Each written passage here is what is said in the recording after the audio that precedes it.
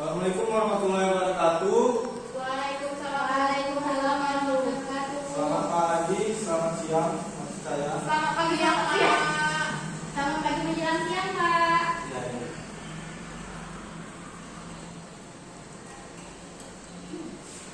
Ya, pada hari ini kita akan mempelajari tentang penginderaan jauh. Tapi sebelum itu, ada baiknya kita berdoa menurut agama dan kepercayaan kita masing-masing. Berdoa dimulai. Doa selesai. Ya baik, pada sekretaris bisa diberitahu kepada saya siapa yang tidak datang. Moi Pak. Mohon. Ini apa dia keterangannya? Absen. Mohon absen. Ada lagi? Udah Pak. Pandri juga nggak datang Pak. Andri. Ya. Andri. Absen juga. Absen Pak. Macet katanya di jalan. Ini karo-karo. Iya absen juga Pak. Jadi 3 orang nggak malas nih. Surya Pak.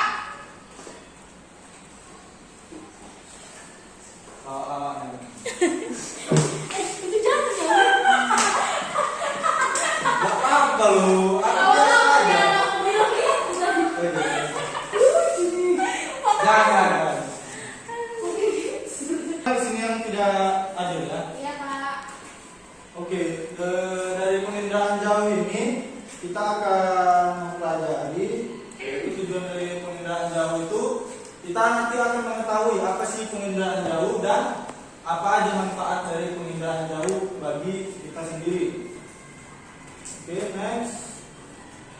Nah, di sini pernah nggak kalian kayak menyaksikan berita di televisi atau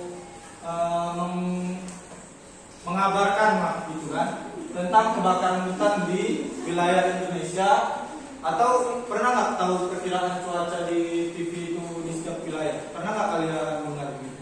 Pernah Pak. Pernah ya? Nah, itu semua itu hasil dari penginderaan jauh. Jadi penginderaan jauh itu dia dapat menunjukkan atau menggambarkan suatu wilayah dengan keadaan sebagaimananya, begitu kan? Misalnya seperti kebakaran tadi ataupun cuaca. Nah, next. Nah, dari kebakaran tadi itu titik api atau lokasi kebakaran tersebut bisa kita ketahui secara detail, begitu kan?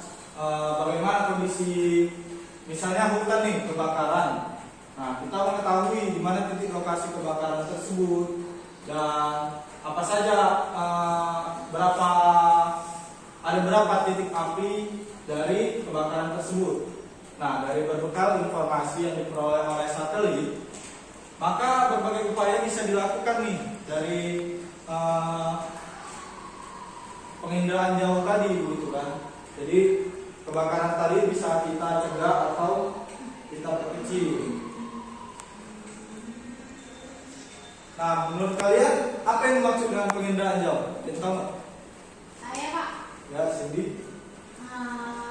Penginderaan jauh itu adalah ilmu atau seni yang untuk mengetahui benda, gejala, dan area dari jarak jauh dengan menggunakan suatu alat Pak. Ya, betul. Ada lagi? Nggak ada Pak. Oke. Nah, di sini bisa kita lihat penginderaan jauh itu ilmu untuk memperoleh informasi tentang objek, daerah atau gejala dengan jalan menganalisis data yang diperoleh dengan menggunakan alat tanpa kontak langsung dengan objek. Nah, daerah atau gejala yang akan dikaji. Nah, kira-kira apa aja yang termasuk objek penginderaan jauh? Nah, objek dari penginderaan jauh itu adalah gejala geosfer, yaitu gejala yang terjadi di permukaan bumi. Terdiri dari gejala atmosfer, gejala litosfer, gejala hidrosfer, gejala antroposfer, dan gejala biosfer. Nah, apa aja sih komponen dari penginderaan jauh? Ada yang tahu nggak? Komponen penginderaan jauh tadi. Saya Pak. Apa aja? Komponennya itu contohnya seperti tenaga Pak, salah satu Pak. Tenaga. Ya, betul. Ada lagi? Atmosfer Pak. Atmosfer. Saya Pak. Nah, apa lagi? Sensor Pak. Sensor. Ya, betul ya, itu semua Nah, komponen penginderaan jauh di sini ada 7. Yang pertama itu sumber tenaga, kedua atmosfer, ketiga interaksi antara tenaga dan objek, keempat sensor, kelima wahana, keenam perolehan data dan penggunaan data. Bisa dilihat di sini, ini ada komponen-komponennya. Nah, kegunaan dari komponen itu tadi apa? Nah, di sini dijelaskan sumber tenaga dan atmosfer. Komponen sumber tenaga dan atmosfer. Nah, di sini sumber tenaga itu ada dua macam. Ada alamiah atau pasif, yaitu sinar matahari, dan yang kedua itu buatan atau kita sebut aktif, itu radar, pulsar, sonar. Nah, ini dari buatan ini contohnya apa sih? Gitu kan? Nah, kalau di siang hari kan ada matahari itu yang alamiah. Kalau untuk malam itu biasanya gelombang elektromagnetis, sudah berupa radar, pulsar dan sonar. Nah, adapun atmosfer di sini yaitu untuk mempengaruhi panjang gelombang. Nah, nanti saya jelaskan apa maksudnya. Selanjutnya interaksi tenaga dengan objek. Jadi interaksi antara tenaga dan objek itu tampak dari rona yang dihasilkan dari pengambilan citra tadi kan. Nah, di sini rona itu apa? Nah, jadi suatu objek memiliki daya pantul tinggi akan terlihat cerah pada citra. Contohnya itu seperti jalan raya, karena jalan raya itu bisa dengan mudah ditangkap oleh citra. Dan objek yang daya pantulnya rendah atau ronanya gelap itu seperti sawah ataupun sungai. Selanjutnya sensor. Nah, alat pemantau yang dipasang pada wahana. Wahananya ini contohnya seperti apa? Seperti pesawat, ada drone. Nah, di sini sensor itu menghasilkan ada dua macam. Sensor fotografi itu merekam objek secara kimiawi, dan sensor elektronik merekam objek dengan sinyal elektrik. Selanjutnya wahana. Wahana ini alat yang dipakai untuk membawa sensor seperti yang saya katakan tadi, wahana udara, yaitu seperti drone dan pesawat. Dan ada juga wahana satelit. Jadi satelit itu berupa wahana yang membawa seperti kamera lah gitu kan, alat sensor penginderaan jauh. Nah, selanjutnya yaitu citra. Hasil proses penginderaan jauh. Di sini citra ini itu hasil dari penginderaan jauh. Dia berupa citra foto dan citra non foto. Biasanya citra foto itu berupa kayak peta dunia, bisa contohnya kan. Ada peta gunung. Dan juga kalau citra non foto itu berupa digital.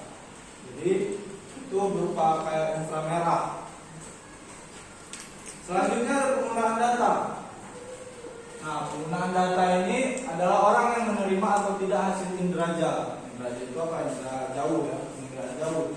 Jadi penggunaan data ini maksudnya data-data yang diambil dari hasil penginderaan jauh itu akan digunakan oleh orang.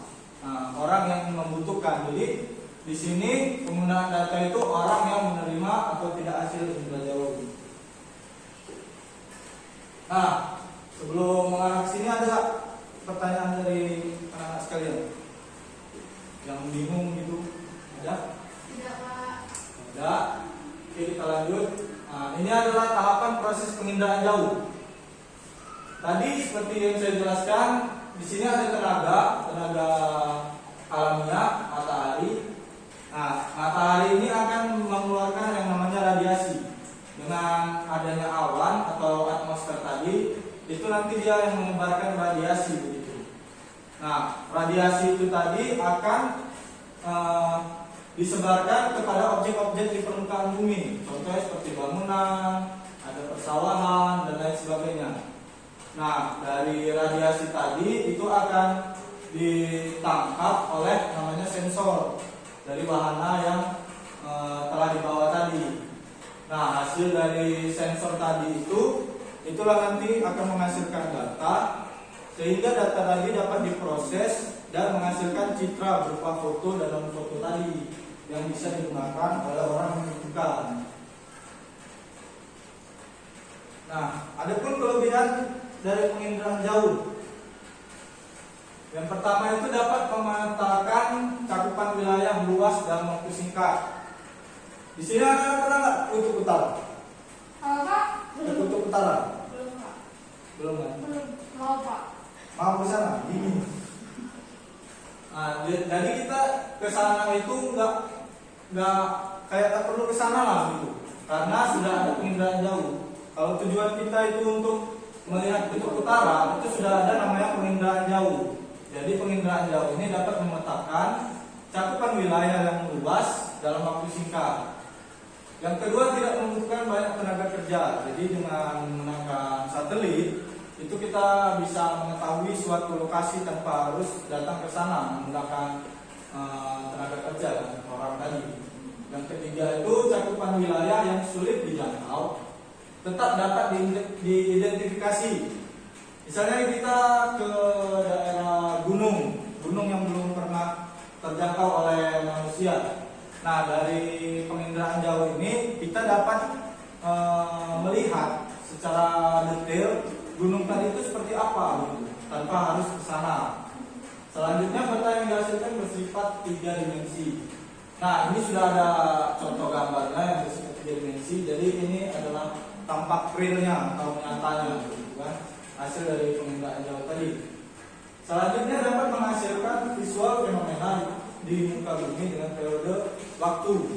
Nah, maksudnya di sini periode waktu itu penginderaan jauh tadi, sensor tadi, itu dia merekam kejadian yang ada di permukaan bumi itu bisa berupa suatu waktu, jadi periode waktu. Misalnya sensor tadi itu menangkap cuaca di permukaan bumi pada periode minggu ini, minggu selanjutnya, dan minggu selanjutnya lagi. Jadi contoh dengan periode waktu itu salah satunya adalah cuaca. Dan biayanya lebih murah. Selanjutnya kelemahan penginderaan jauh. Nah, terkadang untuk pemetaan yang detail, akurasinya itu nggak selalu baik karena bergantung pada resolusi citra tadi. Nah, disinilah kita menggunakan tenaga ahli. Tenaga ahlinya itu sudah pasti yang profesional, yang ahli dalam bidang penginderaan jauh.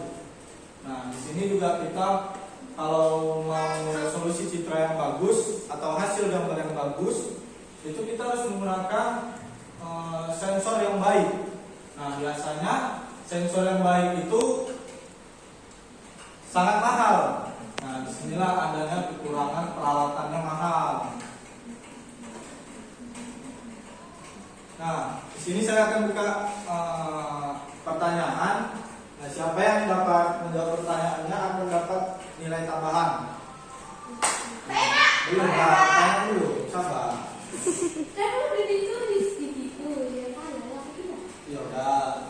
Saya Ada yang tahu nggak apa aja manfaat penginderaan jauh? Pak. Ya, tadi sini, sini. Sebagai alat analisis suatu perairan, Pak. Dan juga cuaca, Pak. Nah, ini ada 2 ya. Iya, Pak. 2. Ada lagi? Saya, Pak. Ya, Turut. Itu sebagai pemetaan geologi dan geomorfologi, Pak, misalnya eksplorasi mineral dan energi. Ya, ada lagi? Nggak ada, Pak. Putih nggak ada di? Nggak ada, Pak. Sama jawabannya. Ya, di sini jawaban Cindy dan Ruth itu sama-sama benar. Jadi ada nilai tambahan yang Bapak kasih ya. Oke. Apa, Pak? Jadi kan nilai saya bilang. Kemarin gitu. Ya, jadi di sini dijelaskan manfaat yang pertama itu untuk oceanografi. Jadi pengamatannya itu berupa arus laut. Jadi dengan penginderaan jauh kita dapat melihat bagaimana pergerakan arus laut, ada abrasi, pasang surut air laut, salinitas, sumber daya laut. Jadi kita semua di laut itu dapat kita lihat menggunakan alat penginderaan jauh. Nah, Tahana ya, Pak. karena ya ada buku kemana. Yang kedua, dari hidrologi itu kita dapat memantau das, daerah aliran sungai. Nah, ada juga kita bisa melihat pembentukan delta. Ada yang tahu delta? Nah, Pak. kalau delta itu dia berupa sedimentasi hasil dari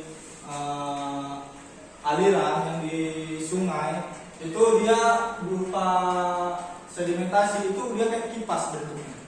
Nah nanti mungkin anak-anak nanti bisa searching lagi mana bentuk dari delta itu. Baik Pak. Nah yang ketiga itu dari hidrologi pemantauan banjir. Nah kita kan nggak mungkin kan banjir-banjir kita rekam videoan. Jadi dengan citra tadi itu kita dapat mengetahui banjir itu sampai mana saja, begitu jangkauannya. Selanjutnya konservasi sungai. Ada dari sumber daya alam, yaitu konservasi hutan, konservasi lahan kritis, deposit tambang, reboisasi hutan. Nah, deposit tambang ini seperti Freeport lah kita bilang kan. Jadi deposit tambang itu dia kalau kita lihat dari penginderaan jauh, itu dia seperti lubang besar kayak sumur di bumi begitu. Jadi dengan citra satelit itu dapat kita lihat jelas. Adapun dari geologi seperti yang Nur bilang tadi, itu pemantauan struktur batuan dan pemantauan wilayah bencana gempa, juga pemetaan gunung api. Jadi kita nggak perlu ke gunung api di seluruh dunia untuk melihat gunung api. Dengan penginderaan jauh aja kita sudah bisa melihat gunung api yang ada di dunia. Yang selanjutnya klimatologi. Nah, di sini pengamatannya berupa iklim. Jadi kita dapat mengetahui iklim apa saja yang ada di permukaan bumi, seperti kutub utara tadi, iklimnya dingin, ya kan. Jadi kita dapat melihat jelas di sini sudah ada gambarnya, juga ada iklim tropis, subtropis dan lain sebagainya. Yang keenam, jagat raya. Jadi penginderaan jauh ini itu nggak cuma untuk permukaan bumi atau bumi aja, jadi kita bisa melihat juga di luar bumi atau di angkasa, gitu kan. Kita bisa mengamati bulan dengan menggunakan citra satelit. Ada juga pengamatan planet lain.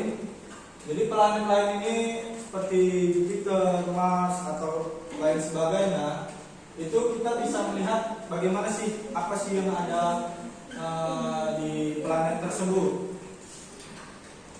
Selanjutnya ada pengamatan komet.